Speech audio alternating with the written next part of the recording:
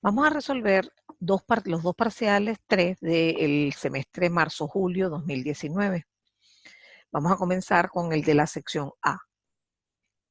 El primer ejercicio es lo que se llama el plato fuerte de este tercer parcial, que tiene que ver con codificación de canal, cálculos de probabilidad de error y curvas de probabilidad de error.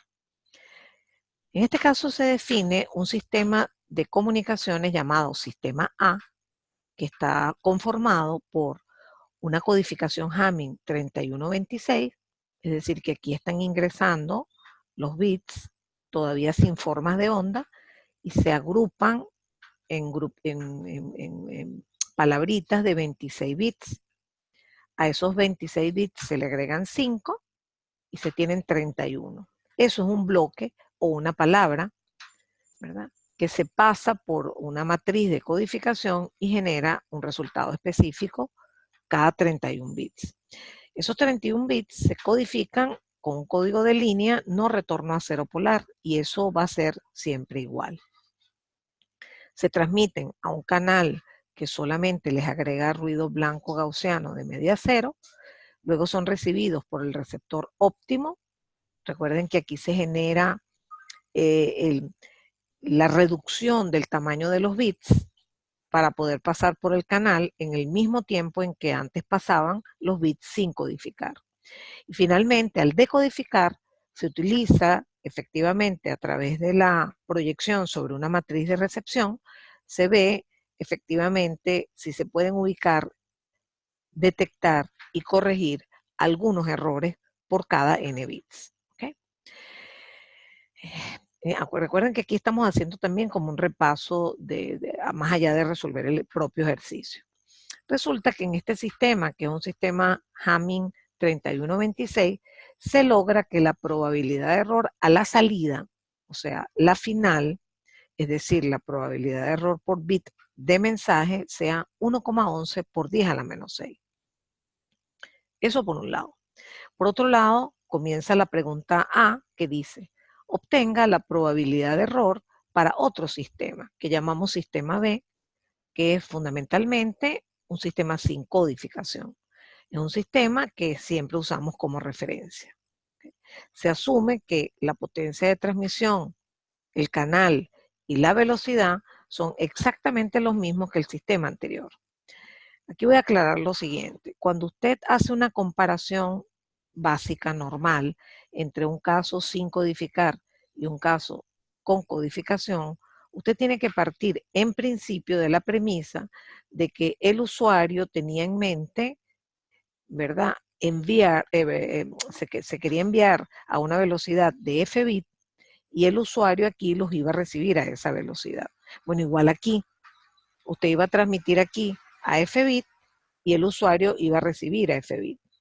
También se asumía que la señal transmitida tipo no retorno a cero polar es una señal de pulsos K y menos K, en donde normalmente estamos usando que K vale 1, es decir, que la potencia es unitaria.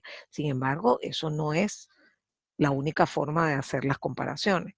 Pero en general, a menos que se indique lo contrario, tenemos que tomar en cuenta estas afirmaciones que acabo de hacer. Entonces se pide la probabilidad de error para este caso, que es el caso sin codificar. Se dice que la potencia, el canal y la velocidad son los mismos. Es decir, que este es un problema sencillo, pero como que un poquito diferente a lo que hacemos siempre. Muchas veces damos la probabilidad de error para el sistema sin codificar y pedimos la del codificado. Aquí lo hacemos al revés. Estoy dando la probabilidad final, que sabemos que en este caso tiene esta expresión. ¿Por qué? Porque esto justifica el hecho de que todos los códigos Hamming pueden corregir un error. Esta fórmula general es n-1 en t, n-1 en t, 31 menos 1 en t igual 1 porque es Hamming. ¿Okay? Si tuviésemos un código que nk cualquiera, que pudiese corregir hasta 2 errores, entonces aquí la fórmula sería n-1 en 2, porque se pueden corregir hasta 2 errores. Y aquí, en vez de ser PC al cuadrado, que es T más 1, sería PC al cubo. Estoy simplemente dándole vuelta tratando de generalizar más los resultados. En este caso tenemos que este es P final.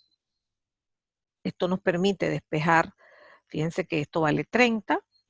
Entonces pasamos este 30 dividiendo y después sacamos la raíz y podemos despejar la probabilidad de error por bit codificado, que no nos sorprende que sea un valor que es más grande que este.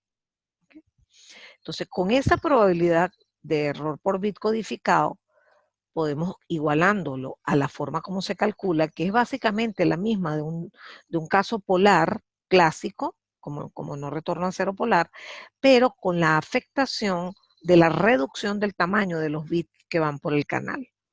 Entonces, eso evidentemente tiene un impacto en la energía, reduce la energía y aumenta la probabilidad de error. Lo cierto es que entrando a la tabla, y por eso la puse aquí, uno busca cuál será el valor de este argumento que me da que Q de X es igual a esta probabilidad. Entonces les puse aquí el pedacito de la tabla para que vean lo que hice. Busqué en este caso lo más cercano que conseguí, que fue 1,93 por 10 a la menos 4, y me dio que ese argumento da 3,55. Ese argumento, ¿verdad?, me va a permitir despejar raíz de 2e sobre eta. Y esto es muy sencillo. Esto se eleva al cuadrado y se pasa el 26 sobre 31 como 31 sobre 26 al lado derecho y terminamos obteniendo el valor de raíz de 2e sobre eta. Ese valor entra a la Q y eso es lo que me permite calcular la probabilidad de error del caso sin codificar, que es un no retorno a cero polar con canal AWGN, receptor óptimo típico, que hemos visto mucho durante el segundo parcial. Entonces me voy a detener aquí para que comparemos el valor de la probabilidad de error que nos da el caso sin codificar con el valor que nos da introduciendo una codificación de canal, en este caso 3126. Es importante señalar que efectivamente hay una reducción de la probabilidad. Si nosotros pasamos eso, y de hecho lo vamos a hacer próximamente, a una gráfica de probabilidad de error, nos tenemos que dar cuenta que estamos en la zona en donde las probabilidades de codificar son más bajas que las probabilidades sin codificar. Y esa es la zona donde E sobre eta son más grandes. ¿Okay? Eso no siempre se da. En la práctica, uno aplica codificación de canal en canales decentes, es decir, canales que permiten un E sobre eta, que es el equivalente a una relación señal a ruido buena, porque si no, ya se sabe de antemano que no tiene sentido invertir en un sistema de codificación de canal para que nos dé peor que sin codificar. Yo aquí podía incluirles una pregunta inventada, y es que, oye, ¿sabes qué? Yo quisiera obtener un valor no tan chiquito como este, que fuese mayor que este, pero no tan chiquito como este. ¿Por qué? Por complejidad, por ejemplo. Quiero un sistema menos complejo, que efectivamente me va a dar menos prestaciones, y entonces usted tiene que pensar inmediatamente en un Hamming, por ejemplo, 1511, o en un Hamming 74. Ya usted sabe que está en la zona de la derecha de las curvas y sabe que entre Hamming 3126 y no codificado hay otras posibilidades que usted puede explorar. ¿De acuerdo? Eso repito, ¿qué ganaría usted con eso? Bueno, usted ganaría con menor complejidad. Hacer un sistema 1511 es más sencillo que hacer un sistema 3126. Ahora la segunda pregunta o la pregunta B es, estando en el sistema B, que es sin codificar, se pide bajar la velocidad, es decir, a esa velocidad nueva la voy a llamar FB', hasta lograr que la probabilidad sea la misma que el sistema A. Recuerden que en el sistema A la probabilidad era esta, 1,11 por 10 a la menos 6. Y en el caso sin codificar me dio esto. Entonces, ¿qué es lo que estoy pensando en este momento? Digo, mira, ¿sabes qué? Yo como que prefiero eliminar la codificación de canal, no la quiero, voy a hacer algo, voy a sacrificar velocidad y listo. Y vuelvo a obtener la misma probabilidad de error y me ahorro el problema de la codificación. Entonces, bueno, estás intercambiando una cosa por la otra. Entonces, en este caso, lo que se está diciendo es que con la situación original en donde la velocidad era f bit, teníamos este resultado, que fue tomado de acá. ¿Okay? Ahora yo quiero que con no retorno a cero polar sin codificación de canal, tengo la misma fórmula obviamente, pero tengo un E' porque la velocidad aquí es f bit prima.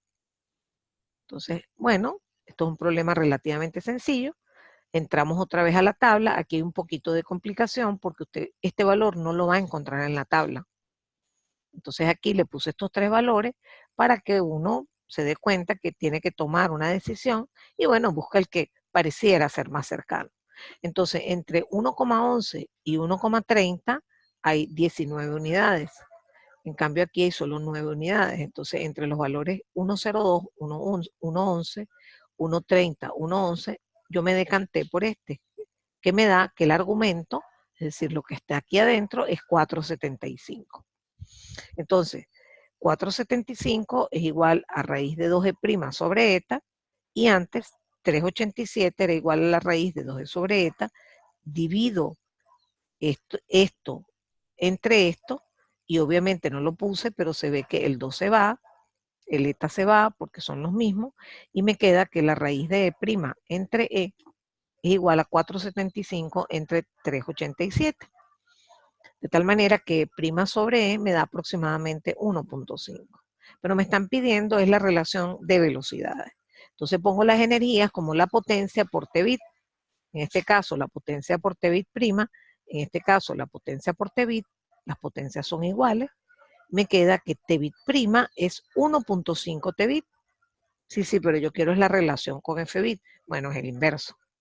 F bit prima entre F bit es 1 entre 1,5, que es 0,66.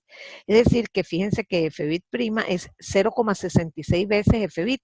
Efectivamente bajé la velocidad. No llego a la mitad, pero casi, ¿no? Como un tercio de la velocidad. Y digamos a lo que se pierde, y eso por supuesto no le gusta a nadie, pero es una solución que yo puedo plantear. En este caso, un problema como en el parcial 2, en donde yo les exijo que me coloquen las situaciones que yo les haya presentado anteriormente sobre curvas y me ponga exactamente los puntos. En este caso, incluso podemos llegar a tener valores aquí precisos. Si aquí daba tanto en E sobre eta, usted calcula 10 log de E sobre eta, y tiene que poner los valores como más precisos. Aquí yo no les pedí eso, en el otro parcial sí lo pedí. Entonces, fíjense que aquí ya yo sé que la curva roja es la curva con codificación, que es lo que nosotros llamamos el sistema A. Y me generó, obviamente, este eje probabilidad de error, me generó una probabilidad de error menor que este sistema, que es el sistema sin codificar, que es el sistema B. Entonces, al comienzo del ejercicio yo les di este punto, después les puse el sistema original y les dio esta probabilidad, que sabemos que pertenece obviamente a otra curva, y después les puse un caso en donde estoy reduciendo la velocidad, en el caso de no codificación de canal, y eso, al bajar la velocidad, todos sabemos que la energía aumenta, y por lo tanto me muevo a la derecha en la curva, y además no me moví de manera arbitraria, sino que me moví hasta lograr este mismo valor de probabilidad. Eso es importante. O sea que la única gráfica correcta era esta, en donde usted pone que la curva roja está por debajo de la negra, que es la codificación de canal, que usted en este sitio pone que están a la misma E sobre eta, ¿sí? Y finalmente usted mueve este punto, pero no a cualquier parte de esta curva. Sabe que lo tenía que mover a la derecha, pero lo tenía que mover hasta el punto en donde las probabilidades de error son iguales. Entonces, observe que todos estos detalles son importantes para dar esta pregunta como correcta.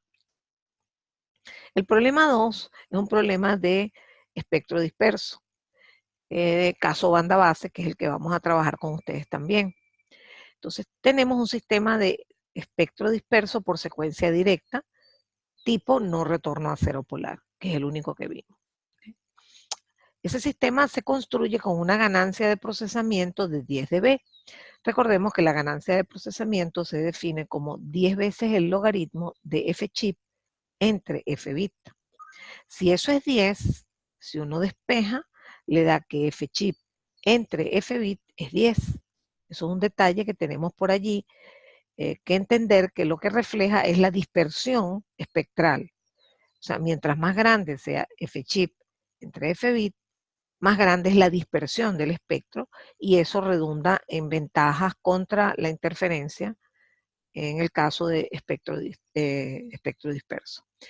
Por otro lado, me dicen que la secuencia CDT se construyó con un sistema de registros realimentados que tiene la posibilidad o la potencialidad de generar secuencias de periodo máximo. Recuerden que no se pueden generar secuencias aleatorias porque si no ni siquiera mi propio receptor las podría tener. Entonces se generan secuencias periódicas, ¿verdad? Pero que dentro de un periodo tienden a imitar al ruido blanco, sobre todo buscando que la autocorrelación se parezca a una delta en el origen. Entonces, en este caso usé 10 registros, y si yo hice bien mi sistema en donde puse las condiciones iniciales y las realimentaciones adecuadas, logro que la periodicidad de esa secuencia en chips sea este valor, que es 2 a la 10 menos 1, 2 a la R menos 1. Pero si yo la tengo que calcular en segundos, yo digo, bueno, si se me repite cada, por ejemplo, 5 chips, ¿cuánto dura un chip? Y eso se llama T-chip. Entonces, lo que estoy escribiendo aquí, ¿verdad?, es la duración de la repetición de la secuencia o del periodo, pero en segundos. Bueno, la pregunta concreta es, ¿cuántos periodos de la secuencia máxima, que sabemos que es más rápida que la secuencia original BDT, caben en T-bit segundos? Entonces, fundamentalmente lo que me están pidiendo es dividir T-bit entre este tiempo, que es, como dice aquí, el periodo de CDT en segundos. Entonces, divido esto y ahora digo, pero ya va, yo no tengo T-bit, ni tengo T-chip. No, pero no te importa porque tienes la relación. Así como dije que la ganancia de procesamiento en dB es 10 log de f-chip entre f-bit, usted también podría decir que es lo mismo, que es exactamente igual, pero 10 log de t-bit entre t-chip. Es decir, que aquí usted puede despejar la relación t-bit entre t-chip o t-chip entre t-bit o f-chip entre f-bit. Es decir, usted puede jugar con ellas porque simplemente voltear los valores. En ese caso, t-bit me da 10 veces mayor que t-chip, o sea, es más lenta. T-bit es más grande. Y con eso yo introduzco los números acá. T-bit entre t-chip vale 10. Y me queda que este número, que es cuántos periodos caben en t-bit, me sale un número menor que la unidad. Es decir, que no cabe ni siquiera un periodo de la secuencia completa. Eso implica que el periodo ocupa más de un t-bit. O sea, el periodo de repetición ocupa más de un t-bit. Ok, el problema número 3 tiene que ver con un sistema OFDM, en donde un símbolo OFDM, recuerden que, y no se confundan, que en un sistema OFDM primero se tienen bits. Con esos bits organizados de acuerdo a la modulación que yo escogí, de 2 en 2, de 3 en 3, etcétera, etcétera, se hacen las palabras. Esas palabras se mapean de acuerdo a la constelación. Entonces, esas palabras también se le llaman símbolos. Entonces, esos símbolos van a formar parte después del símbolo OFDM. El símbolo OFDM resulta de que usted tome las portadoras y le ponga los sombreritos. Eso, pasado por una IFFT, le da lo que se llama un símbolo OFDM. Entonces, ese símbolo dura 3,33 milisegundos. Y se les informa que se está usando modulación 16 QAM y que se usan 16 portadoras. Lo primero que se pregunta es, ¿cuántos bits de datos van inmersos en un símbolo? Un símbolo. Entonces usted plantea el problema así. Bueno, ya va. Primero tengo 16 portadoras. ¿Okay? Como escogí modulación 16 QAM, es porque yo tuve que unir, para formar los símbolos originarios, tenía que unir o, digamos, organizar los bits de 4 en 4. Entonces, agarraba los primeros 4 bits, los mapeaba y eso se lo ponía de sombrero la primera portadora. Bueno, eso lo tengo que hacer con las 16 portadoras. De manera que si cada símbolo requiere 4 bits, al multiplicarlo por 16, que es el número de portadoras, encontramos que un símbolo OFDM lleva la información de 64 bits. Aquí es que se pueden ver cómo se aprovecha el canal utilizando OFDM. Entonces, en un tiempo de símbolo de 3,33 milisegundos, se lleva la información de 64 bits. Y eso da pie a la segunda pregunta, que es, ¿a qué velocidad estaría recibiendo el usuario los datos? Esto es un problema bastante básico, pero que siempre suele confundir. Uno tiene que plantearlo así. Si en 3,33 milisegundos usted le envió al usuario 64 bits, ¿cuánto ocupa un bit? Entonces, usted lo hace de esta manera.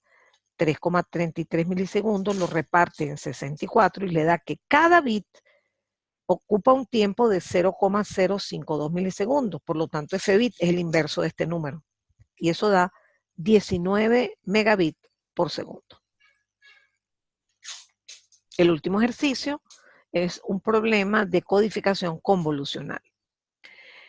Está representado por este diagrama treliz, que les recuerdo que estos nodos están representando los estados e indirectamente yo en mi mente tengo que imaginarme que ese circuito tenía 2 registros. ¿Por qué? Porque el número de estados se determina quitándole a todos los registros 1. Por ejemplo, en este caso a 2 registros le quitas 1, te queda un solo registro y miras las salidas de esos registros. En este caso es una sola salida. Como es un solo registro, solamente hay 2 estados. Cuando ese registro está en 0 y cuando está en 1. Por otro lado, sin decirme nada, yo me doy cuenta que las salidas U1 o U sub K son 2, U sub 1 y U sub 2, porque eso me lo dice lo que está colocado sobre cada una de las ramas. ¿Okay? Entonces esto es para, digamos, poder ubicarlos en el ejercicio en que estamos trabajando. La pregunta concreta es, determine la capacidad de corrección de errores de este codificador y proponga una forma de tratar de aumentar esta capacidad sin incrementar el ancho de banda. ¿Okay? Entonces, fíjense que en este caso nosotros podemos empezar por determinar la capacidad de corrección y aplicamos DeFree. DeFree saben que es una especie de competencia entre las ramas que parten del estado en reposo y llegan al estado en reposo juntas, y eso por cierto ocurre en este caso cada 2 Tbit porque hay 2 registros. Si hubiese 3 registros tendríamos que esperar 3 clocks. Estaríamos parados aquí. En este caso estamos parados aquí y entonces hacemos como una especie de comparación entre esto y buscamos cuál es la diferencia, que es un bit. La diferencia entre este y este son 2 bits. O sea que aquí habría un 1 y aquí habría 2. DeFree es 3, 1 más 2 que es 3. Cuando uno mete eso en la fórmula de que t es igual a la parte entera de DeFree menos 1 sobre 2, me queda que la capacidad de corrección es exactamente igual a 1. ¿Okay? Si ahora quiero aumentar esa capacidad, lo primero que usted tiene que tener en cuenta es que mientras más redundantes es mejor. Entonces, bueno, entonces podemos hacer algo. Podemos, en vez de generar U sub 1 y U sub 2, generar 3. U sub 1, U sub 2, U sub 3. Pero esa respuesta no sirve porque pide que no se incremente el ancho de banda.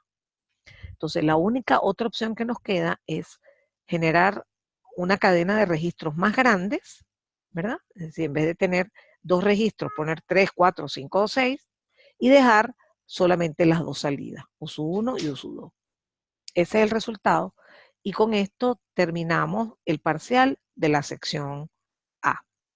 Voy a parar y después voy a comenzar con el examen de la otra sección.